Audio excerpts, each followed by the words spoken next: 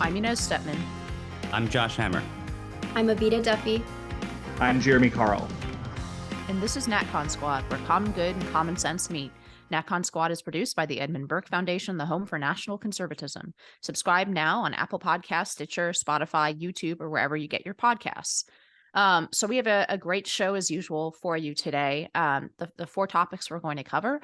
First, I'm going to talk about the upcoming California v. Florida debate is how I'm going to phrase it. And leaving aside some of the 2024 presidential politics, Governor Newsom is going to debate Governor DeSantis about, and I think that debate is very relevant to the future of the country.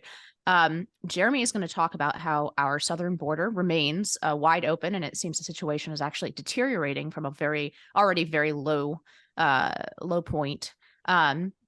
Josh is going to talk about some new developments in the Biden administration foreign corruption scandal having to do with Iran and the Iran deal in this moment, and then also some more information going backwards in time in terms of payments to Joe Biden from foreign entities. And then finally, Evita is going to take us home discussing the Russell Brand case and the high-tech aspect of that, the high-tech censorship aspect of that case. So with that, I guess I will kick it off here.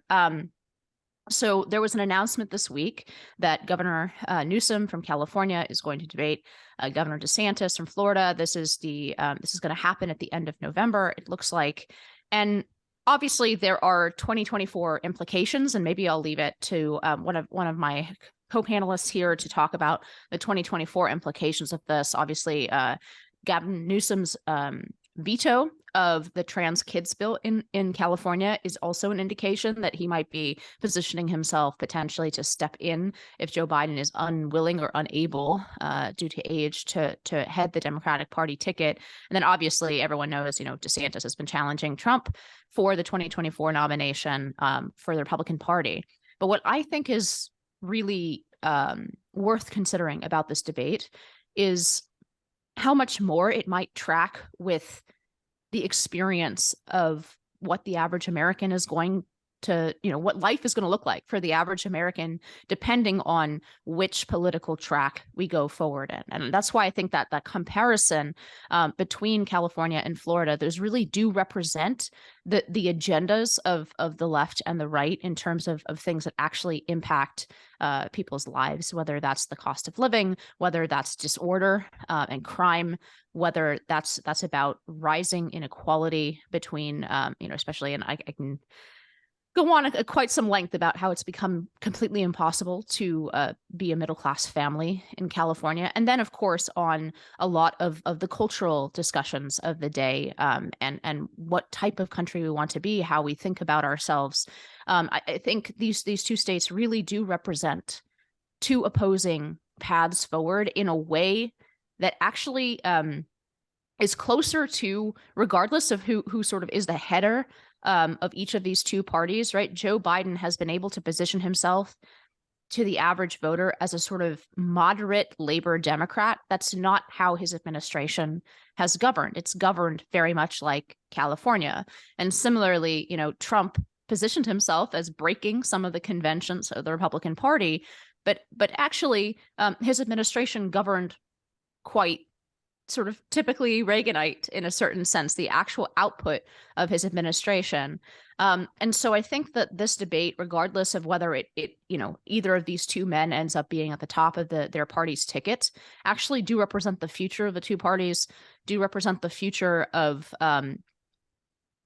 these two routes that America can take. And I think well worth having this California v. Florida battle because in some ways it impacts closer with the actual experience of what it'll be like to either be headed by the Democratic Party or by the Republican Party. And that might be a bit of wishful thinking on the latter part, because, Governor DeSantis has anyone who's being honest about the situation, whether they prefer Trump or DeSantis, will admit that Governor DeSantis represents, and his state represents the conservative agenda nearly perfectly executed, right? Which we really haven't had in the past in terms of, like, let's say our previous standard bearers, or even in other red states like Texas, where there has been this heavily moderate influence and infighting. Governor DeSantis represents kind of and his state now represents the distilled version of actual conservative policy in a way that I'm not sure the National Party can live up to. But similarly, Gavin Newsom represents a distilled version of the Democratic Party agenda in a state where they have had essentially free reign to execute that agenda really for decades now. So with that, I guess I'll turn it over. Feel free to, I don't know if you wanted to comment on the 2024 implications of this, but I think this is a really probably more interesting and more substantive debate that I want to see about the future of this country than perhaps the debates tomorrow night, the like presidential debates, or, you know, if we eventually get Trump v. Biden, like their debates. I feel like this is actually impacting issues like education, issues like cost of living, issues like the possibility for the middle class, housing, you know, transit, all kinds of actual like sort of meat and potatoes issues, as well as those cultural ones. So with that, I'll turn it over to you three to weigh in.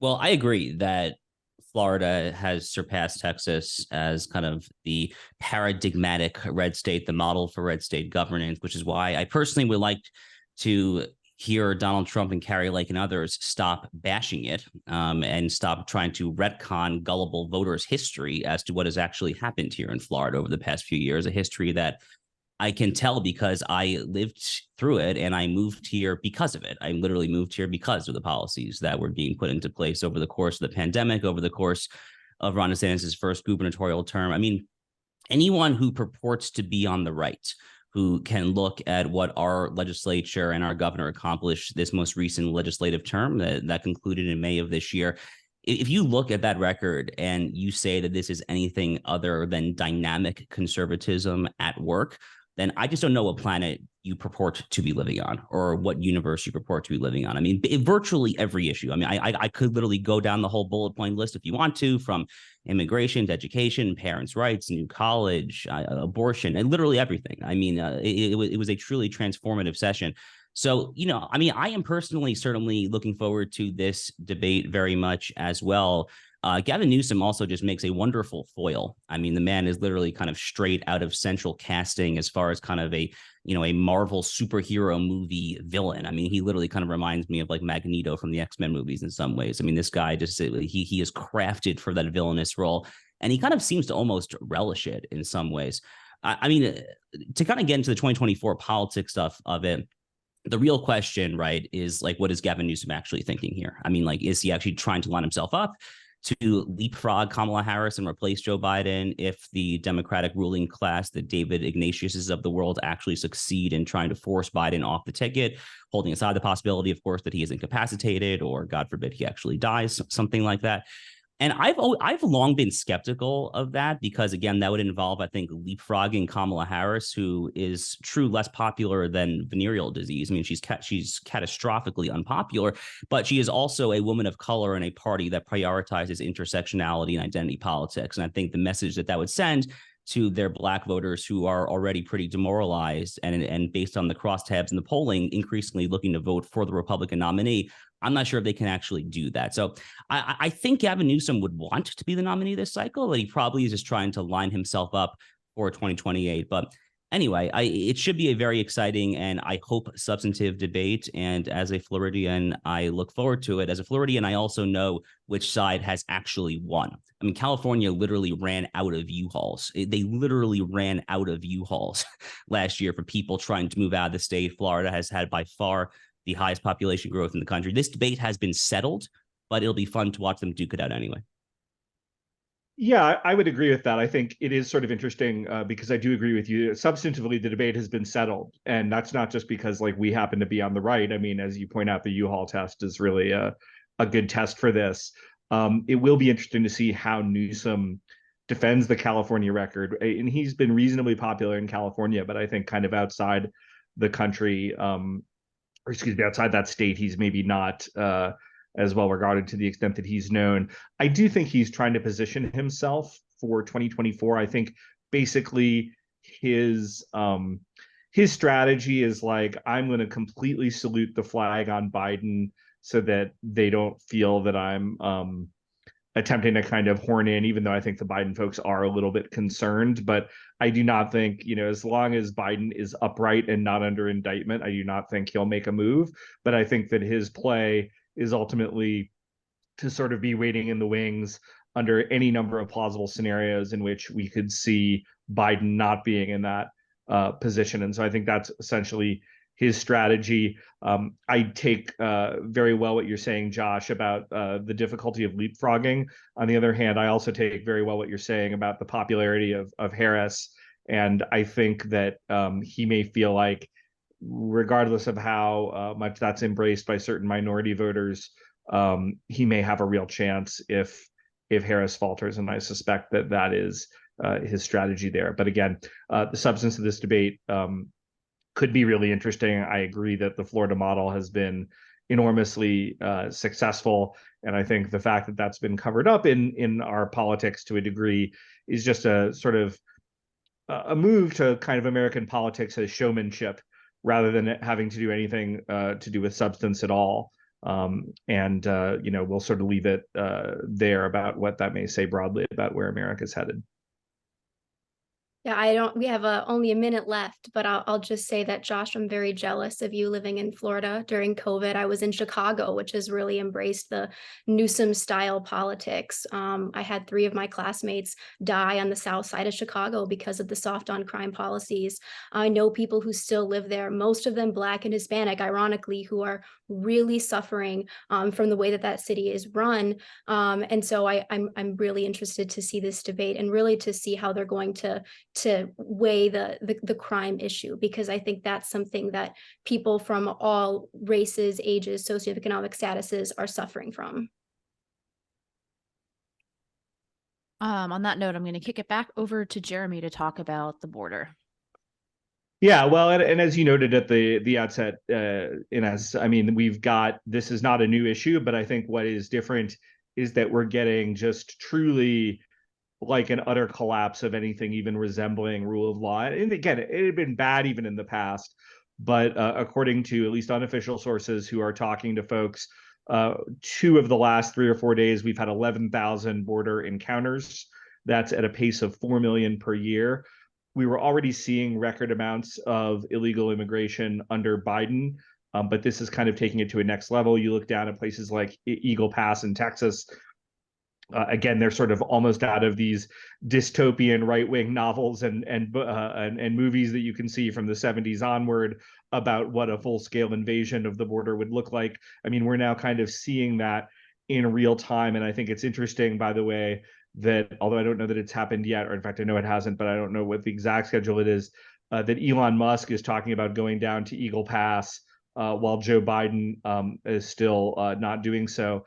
And I think it just shows kind of what an unserious country we've become in a most fundamental way, because I don't think there's anything more serious than kind of more fundamental to a country than a willingness to defend borders. And the current regime in DC, led by the Democrats, simply has no interest in doing that. In fact, quite the opposite. They're kind of doing these Venezuelan work permits. Even as you have these cities like New York, most visibly, essentially crying uncle after they've been sanctuary cities for so many years, saying, "Look, we can't deal with these volumes that have been happening already." New York is going to spend something on the order of $4 billion this year, at least by some estimates, on dealing with this illegal immigration crisis. And by the way, I'm not willing to call them refugees or migrants, because the vast majority of these people are in fact illegal immigrants, whether or not they're kind of dubiously applying for refugee status. They're economic migrants. Even in Montana now, which has not exactly been a haven for immigration of any type, we're beginning to see some of this. And I can't let my own party off the hook here. The Republican opposition to this has really just sort of been rhetorical. It's been kind of in name only opposition. I mean, we're talking about doing something. We may do something that is, will nominally put some folks on the border, or maybe, for Biden's own self-interest, we'll will stem the flow for a while, but nobody's seriously talking about doing anything like Eisenhower did in the 1950s, where we really had mass deportation. Now, again, I should back off. Trump is talking about doing it, but nobody who is in the government right now is talking about doing it. And we know, although I think Trump did a number of really good things on immigration, that he did not kind of fully implement those promises when he was in office. So I don't kind of view that as dispositive at this point. On the other hand, you literally have the Biden administration. Texas is putting up border wire, and the Biden administration is sending folks down to cut this border wire. So, I mean, not only are they kind of enabling immigration through the sort of master of democratic bureaucracy, they have this legal pathways initiative with Mexico, and they're basically doing all these things in the deep state, in the bureaucracy, all the sorts of things that the GOP is just horrible at doing, and they are successfully kind of using these kind of non-laws, non-treaties, but to sort of give a justification for expanding into kind of legal pathways, immigration that fundamentally is illegal, and the GOP is not really calling them on it. So they're kind of running wild. And then I think I'll kind of close by the fact that a number of people, this is kind of, I really don't want to Fed post here on this nice podcast, but I kind of can't resist it to a degree. We've got people, not just like Ann Coulter, although she's done it, but even kind of very moderate libertarian-y guys like Joe Lonsdale, a very successful venture capitalist down in Texas, basically saying this is treason, what's going on. And I agree with them. I think Joe Biden and Mayorkas are actively engaged in treason. You're hearing that sort of rhetoric tossed around. It's not just a policy difference. So the question is, if we think it's that, what are we willing to do legally, assuming we can get power in 2024, to hold people to account? I don't think we have a level of seriousness yet to talk about that, but I will kick it over to you guys to discuss how this might play out. Well, I have maybe 3 points to make here. One is that immigration, not on this podcast, but even on the right, it seems to be like this consistent sleeper issue in politics, even after Donald Trump's success in 2016, putting it at the top of the header. It seems like, I don't know about you guys, but when I listen to political commentary, it's always an afterthought when they talk about what voters are thinking about, right? Even though very consistently in some of the more detailed polling, you always see immigration. It's like right after the economy. It's maybe in the 2 slot, maybe in the 3 slot. It very rarely drops into the number 4 slot, which is not something you can say about like a lot of the other issues that move around in importance, meaning it seems like the American people are consistently communicating, and not just on the right, but like a broader swath of the American people are consistently communicating that this is a problem. And, perhaps now my fellow New Yorkers understand a little bit about why, that it has been an ongoing, not just, a cultural issue,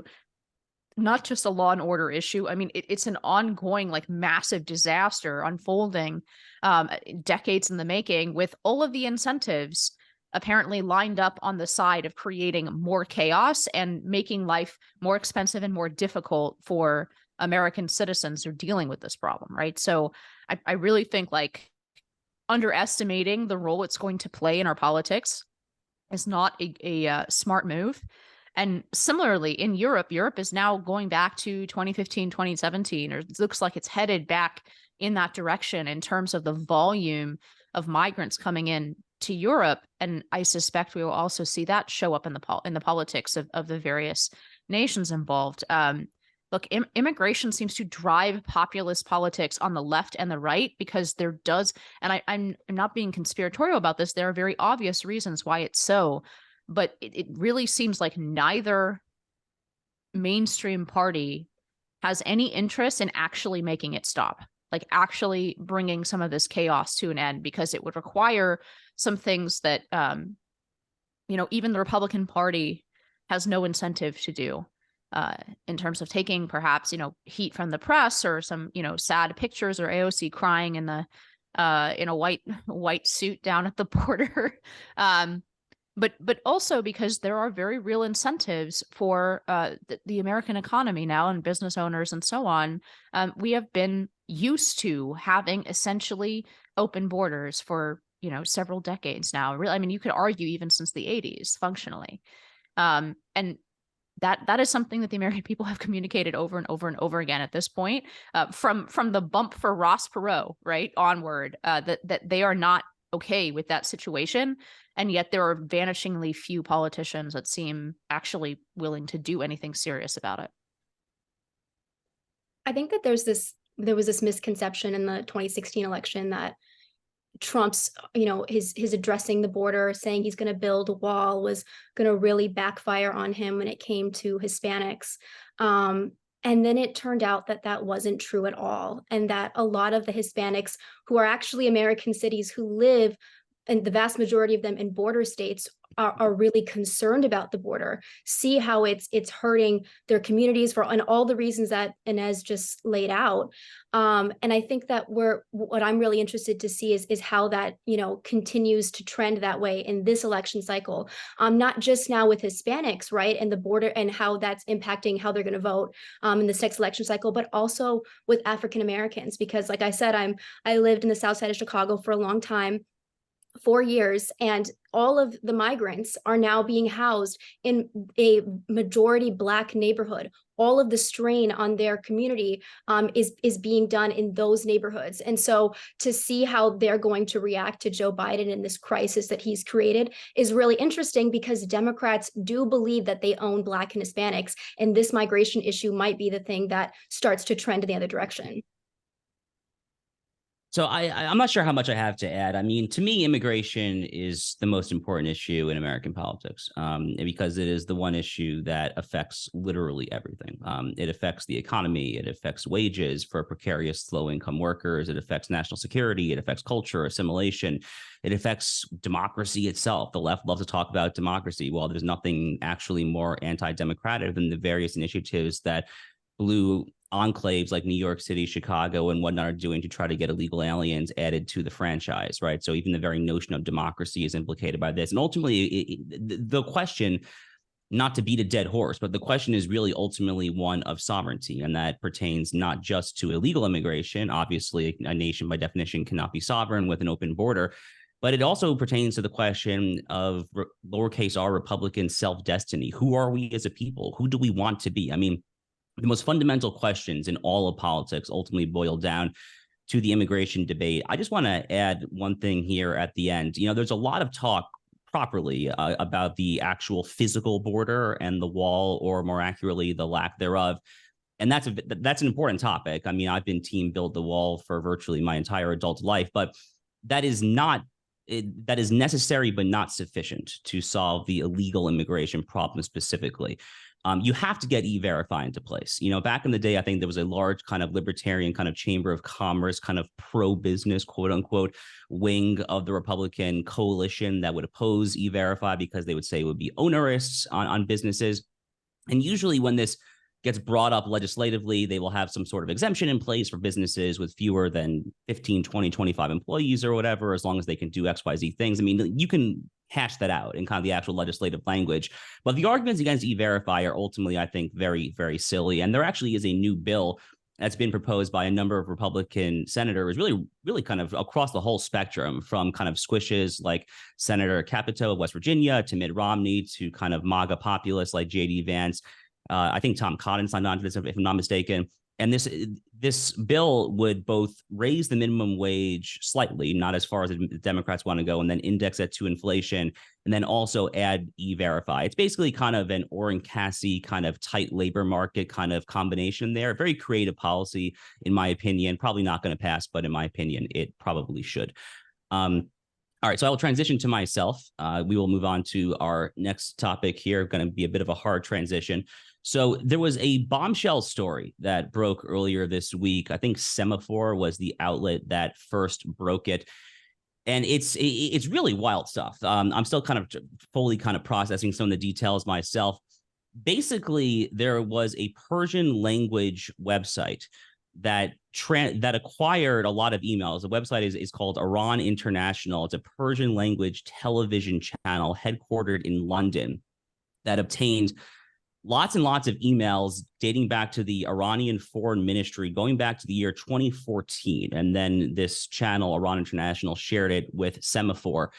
And basically, to kind of cut to the chase here, these emails talk about the formation of a clandestine kind of coalition of activists, academics, think tankers, researchers called the IEI, the Iran Experts Initiative, which basically existed for the sole and exclusive reason of reaching the highest echelons of United States foreign policy making within our Department of State, our Department of Defense, think tanks, and things like that, ultimately for the goal, obviously, of affecting U.S. policy vis-a-vis Iran. And that year 2014, of course, is very important here because the Obama administration didn't ultimately culminate the JCPOA, the first iteration of the Iran nuclear deal, until the year after that, until 2015. And the the Biden administration, which is very much just the third term of the Obama administration, has been trying to do much the same. They're very clearly trying to get the United States back into a nuclear deal. They just shipped off $6 billion for this ridiculous ransom payment to the Iranians to free some hostages there.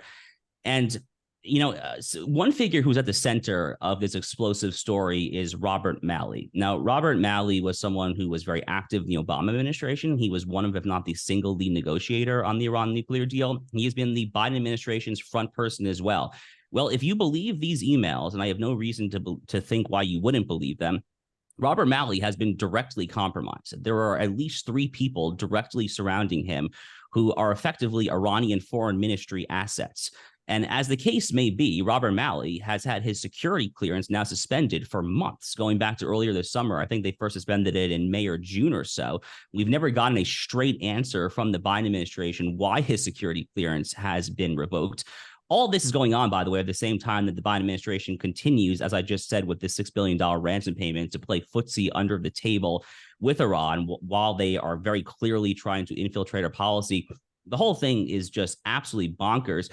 But the broader kind of picture of what is happening to the Biden administration, especially vis-a-vis foreign corruption, doesn't end there, unfortunately, because another story broke this week, which is just as explosive, I would say, possibly even more so, which is the fact that Hunter Biden received a $250,000 wire from a Chinese Communist Party linked official in the year 2019. That wire payment was directed to his father, Joe Biden's Wilmington, Delaware address.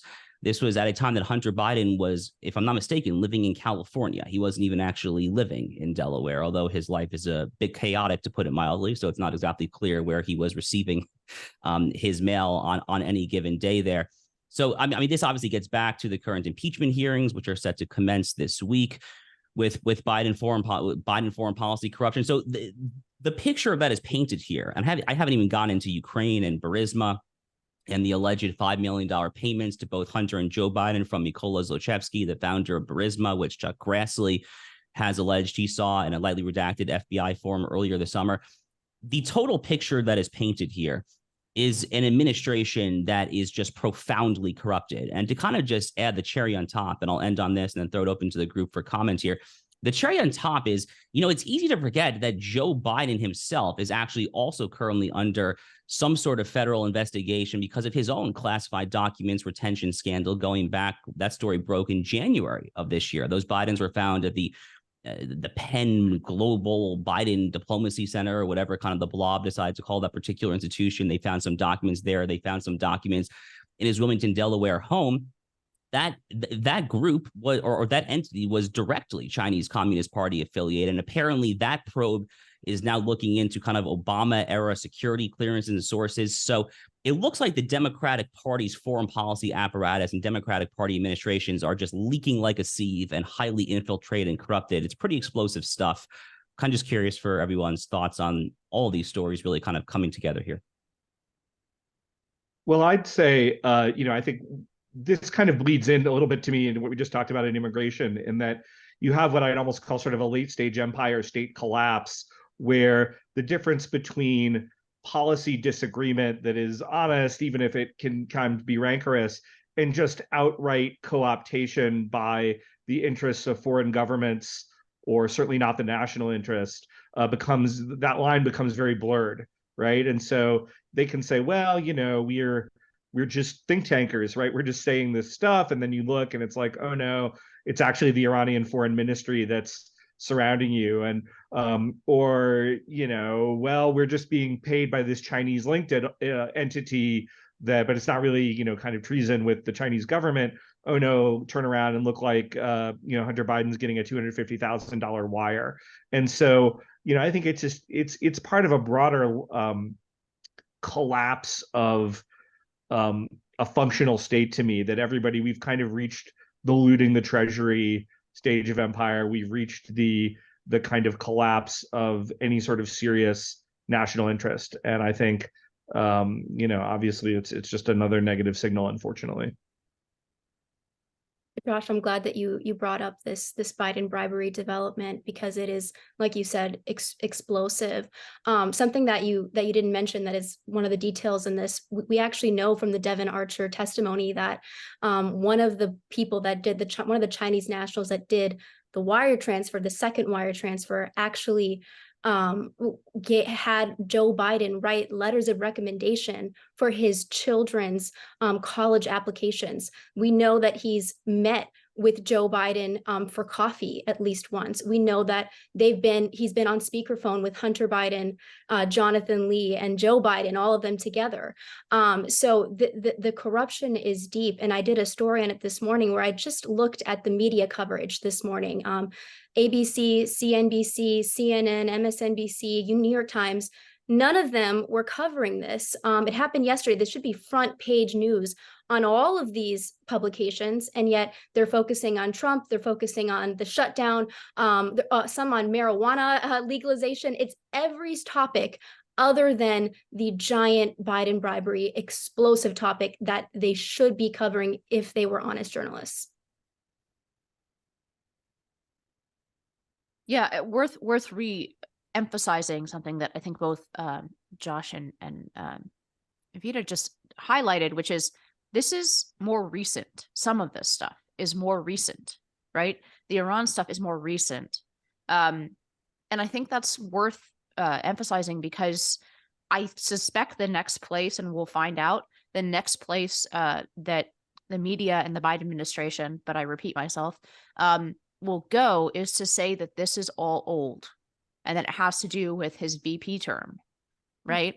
And say, like, why are you dredging up, 10 or 15-year-old charges, right? But the Iran stuff is this administration.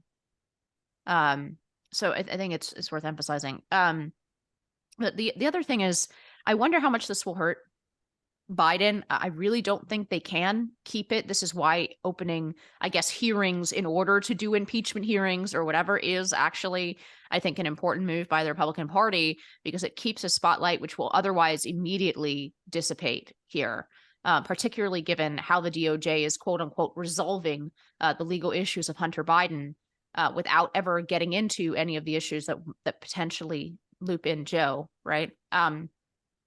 So I think that keeping the spotlight on that might be one of the only ways we can do it. And I do wonder that as this knowledge permeates, I mean, there's so many people in the country whose first instinct about Joe Biden is kind of like, to loop back to what I said in my segment, is that he's sort of culturally moderate, labor Democrat, and he's a good guy. Whereas they know that, everyone knows who Trump is. Even most of his most ardent supporters would not be shocked to find out that he's like corrupt in some minor way. Now, I think they would be shocked to find out he was taking payments from foreign governments if he were doing that. But his image was never that of the squeaky clean guy. In fact, his most important move in 2016, or among many of them, was to point out, like, hey, I've been in that house. I know that they're all taking money from billionaires. I know how politics works. And I know, and by the way, like, I've paid very few taxes my whole life. Why? Because I know how to I've been using this game, and now I want to reveal it to you and change it. That was a very powerful message to say, I know what the corruption is in our government. And because I've been a part of it, and he would, instead of that hurting him, it helped him. I think it gave him credibility. But with Biden, his image in most of the country is a very obviously revealable lie. and this is a part of it, that the more of this corruption stuff permeates, even if the details don't, but the more the corruption stuff is covered and permeates and continues to be part of the conversation, as much as the media is trying to have it not be, I really do think it damages Biden, because there's a lot of people who don't like either one. And that they're basically going with like the return to normalcy argument that's already tarnished by, you know, the last 3 years of living under the Joe Biden administration. That's already a much harder argument to make than it was in 2020. But I think on top of it, if some of this stuff permeates beyond the political class and becomes, let's say, at least as well known as the Trump mugshot, I think that really will very deeply cripple Biden politically. And with that, I'll go back to Evita to close us out before final thoughts. Yeah. So I know you guys talked about the Russell Brand controversy last week, but I wanted to rehash it because there's some new developments in the story. So a committee chairwoman in the British Parliament sent a letter to Rumble, which is this Canadian-based video platform, but they, unlike YouTube, are very free speech. They allow everyone who's not allowed on YouTube to be on the app, which has made it really attractive to conservatives. I don't know if Emily's ever talked about this on the show, but the Federalist is actually shadow banned very heavily on YouTube. And so we said, we have to go to Rumble. We don't have a choice. We can't reach anyone here. And so a lot of conservatives have made that call. It's a safe space, if I'm going to use a liberal word, for conservatives. So this chairwoman sent a letter to Rumble saying, will you join YouTube in demonetizing Russell Brand in the wake of all of these allegations? And Rumble had, I think, a great response. They said, we regard it as a deeply inappropriate and dangerous that the UK Parliament would attempt to control who was allowed to speak on our platform or to earn a living. But what I want to talk to you guys about is the reason that Rumble is now being targeted, because I think it's on purpose. I think that the elites in the parliament, in the US government, at the UN and NATO, who all have hands in social media companies, right, are doing this fighting Russell Brand as a proxy to fight Rumble, because they cannot control Rumble. So now they're saying, tech experts are saying that Rumble, because they won't comply with these UK standards under the online safety bill, that it's actually going to be banned from the country, and that if Rumble executives actually come to Britain, they could be arrested on site. This is something that somebody is saying could happen. The Sun reported on this. Now, they're a tabloid, so it might not be true, but these are really serious circumstances for Rumble to be in, threatening their ability to exist, even threatening their ability to make money, because now we're seeing advertisers pulling ads off of Rumble in the wake of this news, and pressure from people like the Parliament and others in this, our economic ecosphere. So I guess I just want to open it up to you guys about the tech censorship that we're facing. Do you agree with me? Is Russell Brand being used as a proxy to fight Rumble, or am I reading too into things? You tell me. I don't know if Russell Brand is being used as a proxy. I mean, I think there's a lot of reasons why he was selected as a target, and we talked about it last time from more of a different, the non-high tech perspective. What I do think is correct is simply this entire build your own company thing or track has not worked repeatedly because of the shape of public government pressure on private media companies, along with their own cultural, sort of pre-commitments. But every time there is some small startup that tries to route around, right down to even, web hosting services, right? There is this joint public-private initiative to try to shut it down. And we've talked about this with Missouri v. Biden also repeatedly on this show. This is actually the shape of how much of how this is working is happening, right? It's sometimes very explicit. I think in the future, after a few of these court cases, right, it won't be as explicit. It'll be more like Joe Biden's meetings at Cafe Milano, right? It'll be less off on the record, and there won't leave as much of a paper trail. But nevertheless, there will be heavy communication between government agencies and these companies, and the threat of consequences of many different types if they do not essentially censor in line with what the agencies want. Now, they're just like universities in Title IX, right? They're sort of a lot of them are happy to comply. But as soon as you have sort of an outlier, and I do think this is why Elon Musk buying Twitter was important, it's because Twitter is an already established social media company.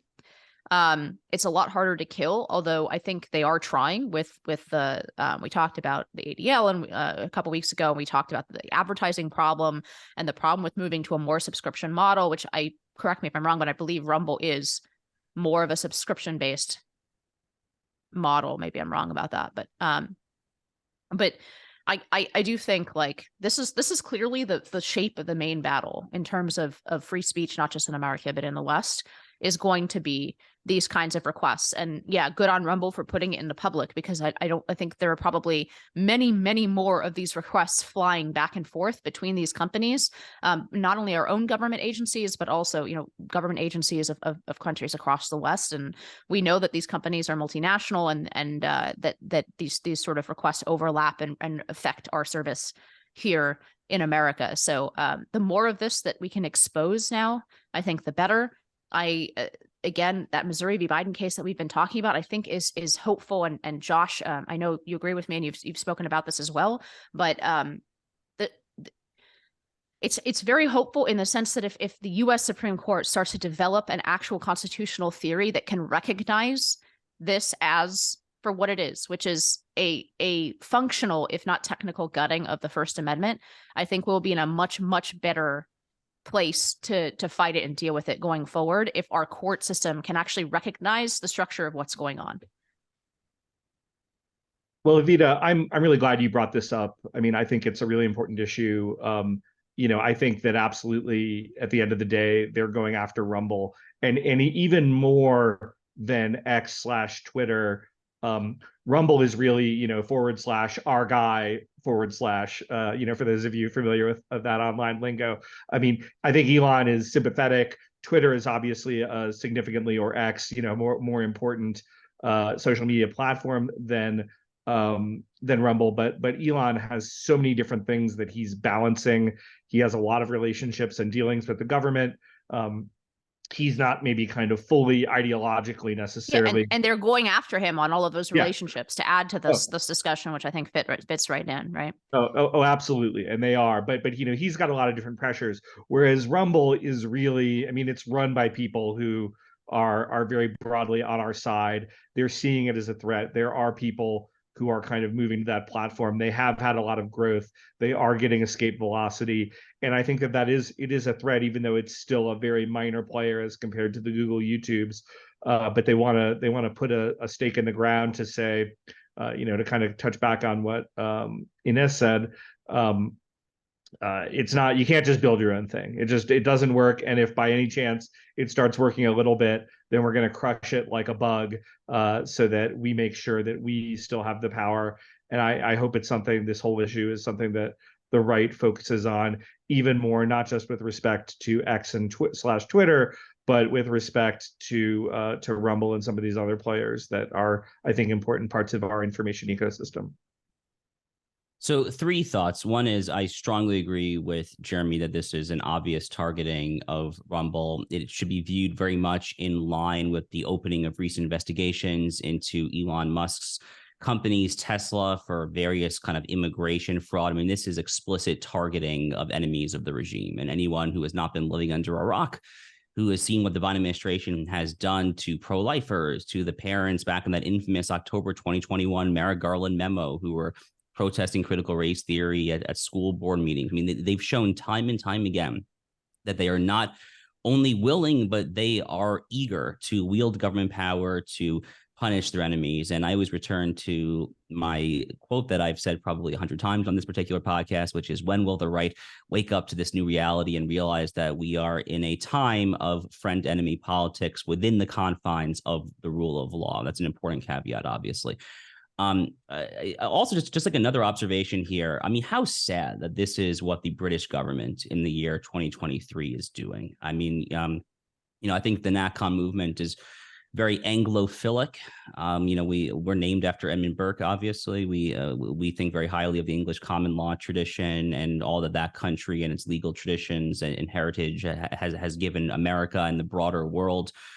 I'm certainly an Anglophile myself. I lived in London for 3 months and all of that, and it's just terrible. I mean, it's just so sad that the country that gave the world so much when it comes to constitutional government, that devised so much great law, that helped develop doctrines of liberty and substantive justice and this and that this is where the British government is in the year 2023. How the mighty have truly fallen. And, in retrospect, as much as it pains me to say, it really does seem like the Brexit vote in 2016 might have just been kind of a fleeting kind of burp, an eructation, if you will, a fleeting eructation in a moment of what is otherwise just a very, very steady decline of a once mighty empire. And I'll leave on a very, very, very quick note of optimism, which is, thank goodness, here in the United States, it's gotten bad in big tech, but it's not that bad yet. And I'm happy that Inez flagged what she flagged there, because this Missouri versus Biden litigation, I think in particular, which we've covered on the show, and I'm sure we'll cover again, I think has really strong potential to kind of actually show the path forward for how the First Amendment can directly apply to much of what the big tech companies are doing when it comes to, quote unquote, abridging free speech, which really is the crux of the First Amendment argument in Missouri versus Biden. Yeah, and with that, let's go ahead and go for final thoughts, and maybe I'll kick it off to avoid the inevitable blank space when nobody wants to say theirs first. So student loan payments restart for the first time in about 2.5 years next week. That is going to cause a financial conflagration among Americans who we already have a ton of data that credit card debt is building. People are now living on credit between inflation and all of the other costs. Pandemic era programs and benefits are expiring or have expired in the last 6 months, right? And we're headed towards, if you add this, we're headed towards a kind of consumer crisis, I think, on top in the economy. And then on the issue of student loans themselves, I think that this is a crucial opportunity for the right. I find myself skeptical that the right will take such a crucial opportunity, but given how we've been disappointed so many times in the past. But I nevertheless want to emphasize this is a big opportunity for the right to propose something that actually breaks this standoff between the injustice of bailing out student loans on the backs of people who did not take them or who paid them off. We ought to propose, and IWF, we have proposed. I have a policy backgrounder at IWF proposing that we raise the funds for a student bailout, which, and I will say in a moment why I think it's completely necessary. Raise the funds for a student bailout from universities themselves. In other words, tax universities to pay for a debt jubilee for students. First, because it's just because the universities, if in any other system, if we had a service that was advertised to every 18-year-old graduates high school in America, that sold them perhaps up to a six-figure debt for signing on the bottom line at 18, and had produced the kind of results in terms of the value proposition, we would call it predatory lending. So the first is the justice of that. Second, the universities have benefited. This is not a free market. The universities have benefited from government programs and student loans for decades now. It's part of what has fueled a huge, for example, construction boom in the university industry. It's why we have such a big university sector to begin with. There are many more universities in the business than other comparable countries per capita in the United States. That's part of the reason.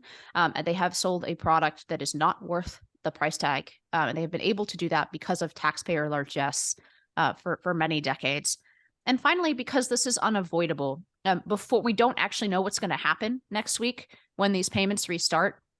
But before the pandemic in 2019, something around just under half of these loans were expected to go into default by 2023, right? And that was before the pandemic. and before all of this happened, and before people got used to building their budgets without their student loan payments.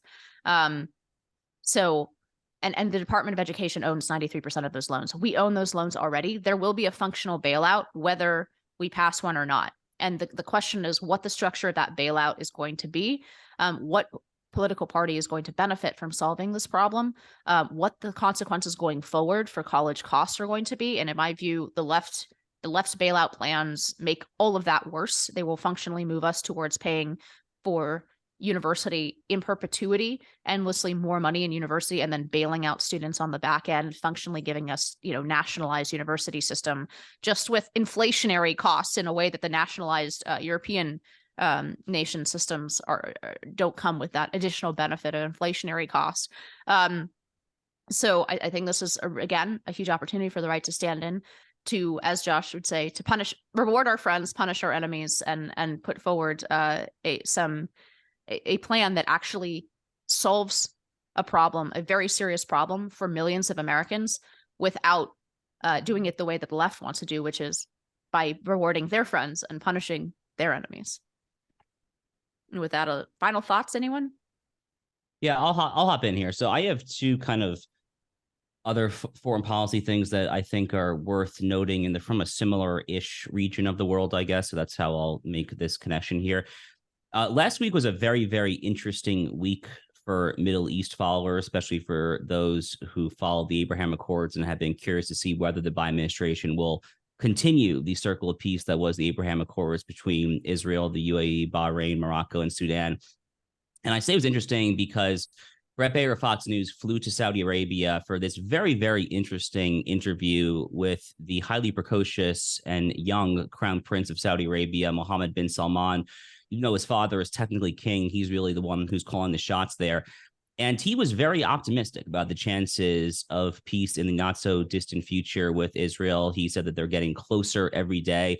And notably, he did not even make any explicit demands when it comes to Palestinian territorial concessions. He did not explicitly call for a Palestinian state, which was Saudi policy effectively going back to 1948, Israel's independence. So he did not explicitly double down on calling for that. And it was really just a very positive interview overall. And then Israeli Prime Minister Benjamin Netanyahu used large swaths of his UN General Assembly address, kind of saying the very same thing. So apparently the timeline that everyone is saying is that this has to happen over the next 2 to 3 months before it becomes too late. Never trust the Biden administration not to drop the ball when they're on the 1 yard line. So, definitely don't count your chickens before they hatch here. And it is worth noting that the Saudis are definitely demanding allegedly some debatable things, such as mutual defense treaties, such as their own civilian nuclear program. We have not seen confirmation of this. That's just kind of the scuttlebutt for the past few months. So, I think reasonable minds can disagree as to whether or not those things are a good idea, but certainly it would be a monumental achievement for the most important Arab country in the world to finally make peace with Israel after all these years. Finally, I do want to say a quick word as well about another situation in that rough part of the world, which is happening in Nagorno-Karabakh, the disputed territory between Armenia and Azerbaijan. I was actually just there on the ground in Armenia with a Philos Project delegation in June. We went out to the Armenian countryside one afternoon and were very, very close to Nagorno-Karabakh, to the Azeri border. You could actually, with binoculars where I was standing, you could literally look into the distance on the hilltops and see Azeri troops there. And that conflict tragically has gotten very hot yet again over the past week and a half or so. It's very difficult to get reliable information, but at least dozens, possibly hundreds of people have died. There's been a huge outflow of ethnic Armenians living in Nagorno-Karabakh into Armenia proper. Prior to this latest Azeri incursion, there were roughly 120,000 people, effectively all of whom are ethnic Armenian Christians, living in Nagorno-Karabakh. And now that Azerbaijan is looking like they're going to fully annex it, they're basically fleeing to Armenia proper. Russia, quote unquote, brokered a peace or a ceasefire or something. Obviously, this is Russia, so who the heck knows what actually happened. Basically, what I'm trying to say is, as always, the facts on the ground when it comes to this part of the world are very difficult to discern.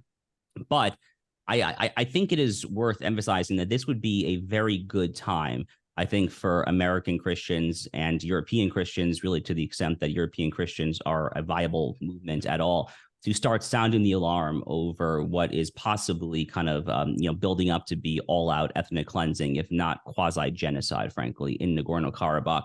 It's a very difficult situation because Azerbaijan, for kind of crass realpolitik reasons, happens to be an important country for many European and North American countries. They have oil assets.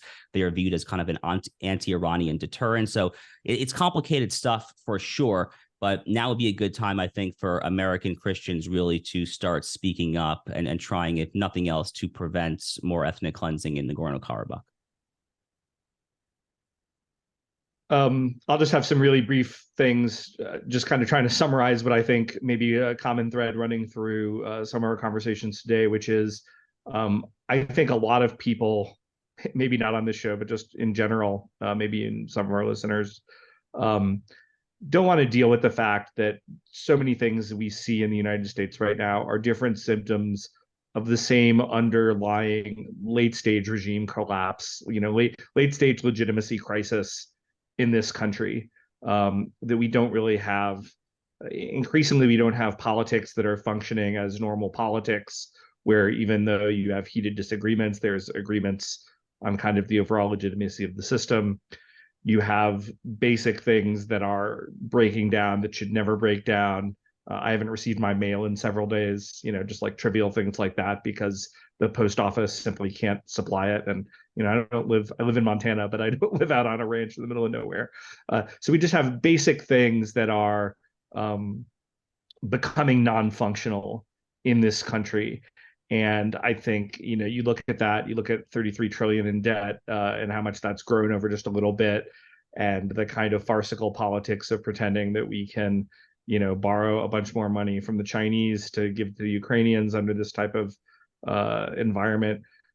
We're looking at a future that, I'm sad to say, I think in the medium term, at least, is going to look likely very ugly in ways that we can't really anticipate, but that we can just say, wow, it's not going to be good. And I just think the right has to prepare for that, and what that's going to look like, and make sure that we are ready to protect ourselves and our interests in this world of friend enemy that Josh is discussing. I saw a really interesting, I think, useful comparison this week and maybe this is old. You guys can tell me if I'm saying something that you've already heard about, but this comparison that the government is really in collaboration with the corporate media is really like an abusive parent or an abusive partner. And that's the way that it treats the people. And I think it's a really useful comparison. For my generation, especially, the vast majority of Gen Zers have a favorable view of socialism. They want the government in their lives, and that's partly a response to the inflationary economy that we live in. But their answer to their problems are so bad and so wrong. And I think that to continue to make that comparison is going to be really important. I mean, they gaslight us into, thinking that things aren't true when they are. They said, the lab leak theory is disinformation. It's the Hunter Biden laptop is Russian disinformation. Any person or narrative that they don't like, they say is from an Iranian or Russian bot. They tell us that it's unethical to use platforms like Rumble or like X because they have this freedom of expression, which is actually dangerous somehow to us. And I think ultimately they really view the people as extensions of themselves. They don't see us as individuals. They see, what can I do to profit off of you? How can I use you? And for that reason, they have to control us. And I think through all of this, we talk about the abuse that they've inflicted on the American people. And what really became clear during COVID, we have to keep talking about, because there is a whole generation of young people who think that the government is going to be the answer to our problems, and they are abusers in every sense of the word. They are abusers, and we have to keep making that point. And that closes us out for this week. So on behalf of Josh, Jeremy, Evita, thanks for tuning in. I'm Inez Stepman, and we'll see you at the next NatCon Squad.